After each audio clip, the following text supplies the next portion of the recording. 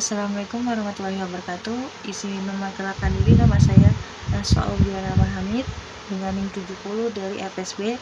Di sini saya akan mengerjakan tugas dari mata kuliah pengelolaan pencemaran industri limbah B3, yaitu adalah kegiatan yang meliputi pengurangan, penyimpanan, pengumpulan, pengangkutan, pemanfaatan, pengelolaan, dan penimbunan. Karakteristik limbah B3 menurut ayat 1 yaitu mudah meledak, mudah menyala, reaktif, infeksius, beracun, dan korosif. Rekomendasi penerapan limbah B3 pada kategori 1 yaitu memiliki karakteristik mudah meledak, mudah menyala, reaktif, infeksius, dan korosif. Lalu memiliki nilai konsentrasi zat pencemar lebih besar atau sama dengan konsentrasi zat pencemar LCLPA. Untuk karakteristik beracun melalui uji LCLP dan memiliki nilai LD50 lebih kecil atau sama dengan 50 mg per kilogram berat badan hewan uji. Untuk uji karakteristik beracun melalui uji toksikologi LD50. Penerapan limbah B3 pada kategori kedua yaitu memiliki nilai konsentrasi zat pencemar yang memenuhi ketentuan, yaitu lebih besar atau sama dengan nilai konsentrasi zat pencemar LCLPA. Lalu yang kedua yaitu memiliki lebih besar dari nilai konsentrasi zat pencemar LCLPB untuk karakteristik beracun melalui uji LCLP.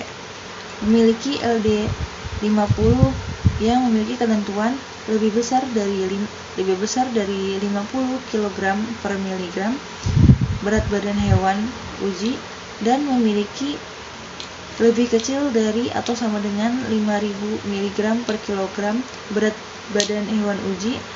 Untuk karakteristik beracun melalui uji toksikologi LD50 yaitu C. Memiliki karakteristik beracun melalui uji toksikologi subklinis berdasarkan hasil pengamatan terhadap tumbuhan, akumulasi atau biokonsentra, studi pelaku respon antar individu hewan uji, dan histopatologis. Yang ketiga, sebutkan dan jelaskan fasilitas yang dibutuhkan di dalam penyimpanan limbah B3 berdasarkan kategori dan sumber bentuk penyimpanan. Yang pertama, bangunan, yaitu rancangan bangunan sesuai dengan jenis karakteristik limbah B3 yang disimpan. B. Luas ruangan penyimpanan sesuai dengan jumlah limbah B3 yang disimpan. C. Desain dan konstruksi yang mampu melindungi limbah B3 dari hujan dan tertutup. D. Atap dari bahan yang tidak mudah terbakar. E. Memiliki sistem ventilasi untuk sirkulasi udara. E. Memiliki sistem ventilasi untuk sirkulasi udara. F. Memiliki pencahayaan disesuaikan dengan rancangan bangunan tempat penyimpanan limbah B3. G. Lantai kedap air dan tidak bergelombang. H. Lantai bagian dalam dibuat melandai turun ke arah bak penampung tumpahan dengan kemiringan paling tinggi 1%. I. Lantai bagian luar bangunan dibuat agar air hujan tidak masuk ke dalam bangunan tempat penyimpanan limbah B3. J. Ruangan drainase ceceran tumpahan limbah B3 dan atau air hasil pembersihan ceceran atau tumpahan limbah B3. K.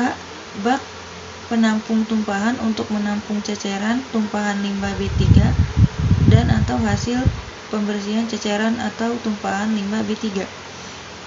I.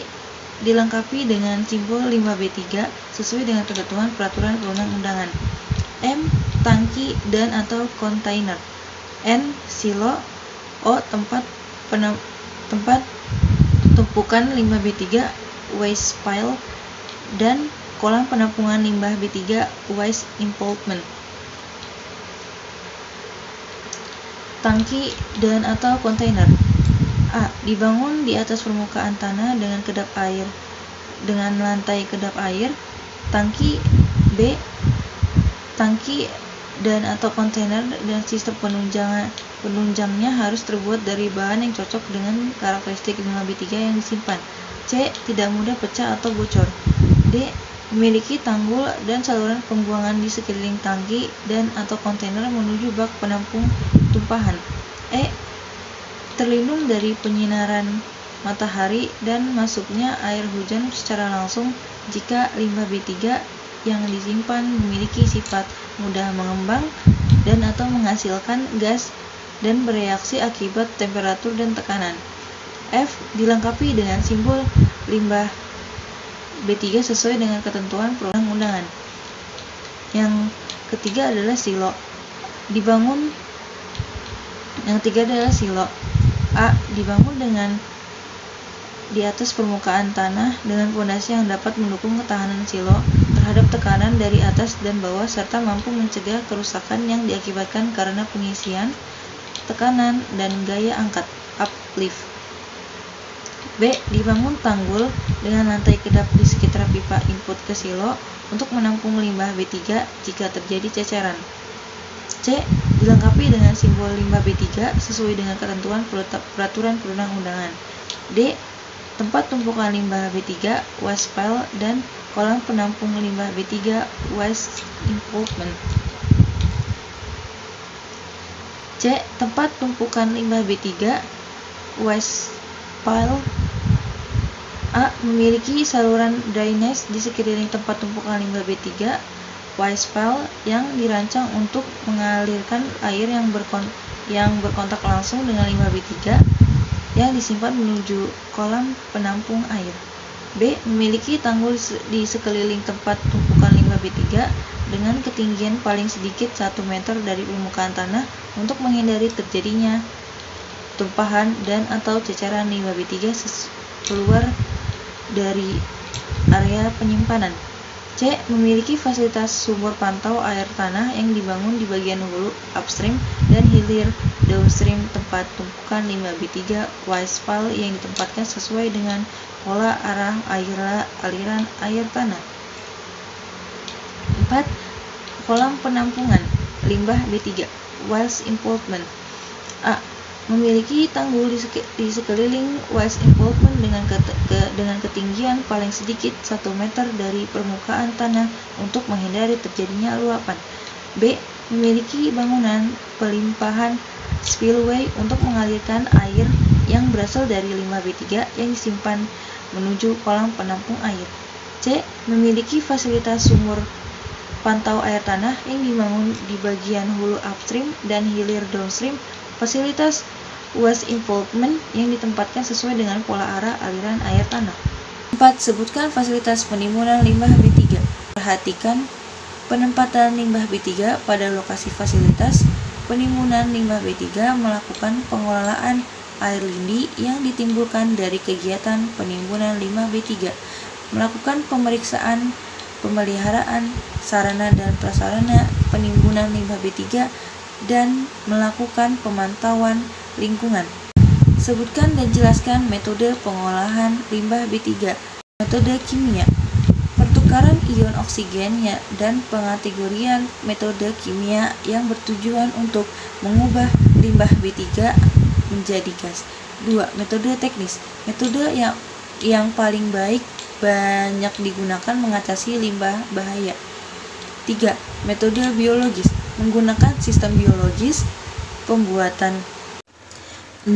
Tuliskan dan jelaskan fasilitas penyimpanan limbah B3 berdasarkan jenisnya dan waktu maksimal penyimpanan.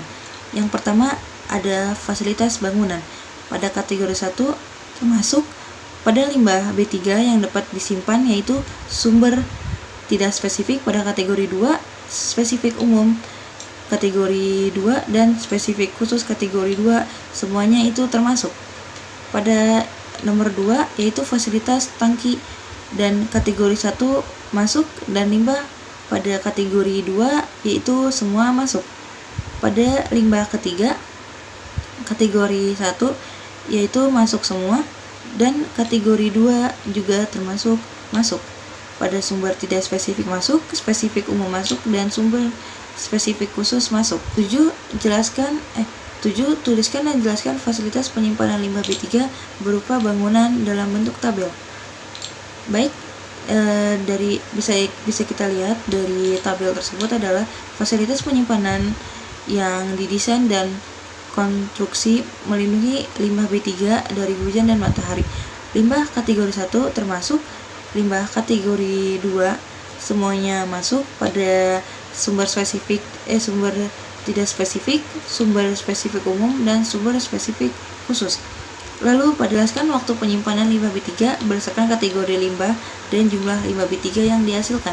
Pada kategori limbah B3 pada kategori 1 dan 2, jumlah limbah B3 yang dihasilkan yaitu lebih atau sama dengan 50 kg per hari, dan waktu penyimpanannya yaitu 90. Sebutkan contoh pemanfaatan limbah B3. Pada tabel tersebut sudah disediakan bahwa sumber dari industrinya yaitu dari PT Triyata Mulia Indonesia. 10. Sebutkan fasilitas pengangkutan limbah B3 berdasarkan kategori dan sumbernya. Ketentuan informasi yang harus ada pada kendaraan pengangkutan yaitu berdasarkan kategori dan sumbernya. Yang pertama yaitu pengangkutan limbah B3 baik dilakukan oleh penghasil limbah B3 atau pengangkut limbah B3 yang dilakukan dalam tapak proyek yang sama namun melewati jalan umum. 2. Pengangkutan limbah B3 dari pengumpulan limbah B3 ke pemanfaatan, pengelolaan, dan atau penimbunan limbah B3. 3. Pengangkutan limbah B3 dari pemanfaatan limbah B3 ke pengelolaan dan atau penimbun limbah B3. 4. Pengangkutan limbah B3 dari penghasil limbah B3 ke pelabuhan untuk kegiatan ekspor limbah B3 yang tidak menggunakan kontainer.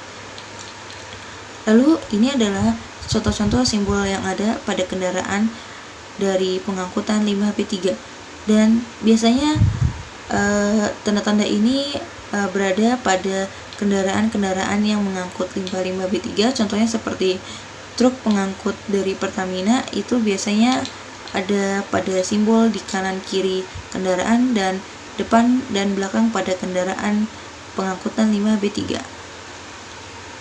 Lalu untuk daftar pustakanya yaitu kita menggunakan Permen LHK nomor 6 tahun 2021.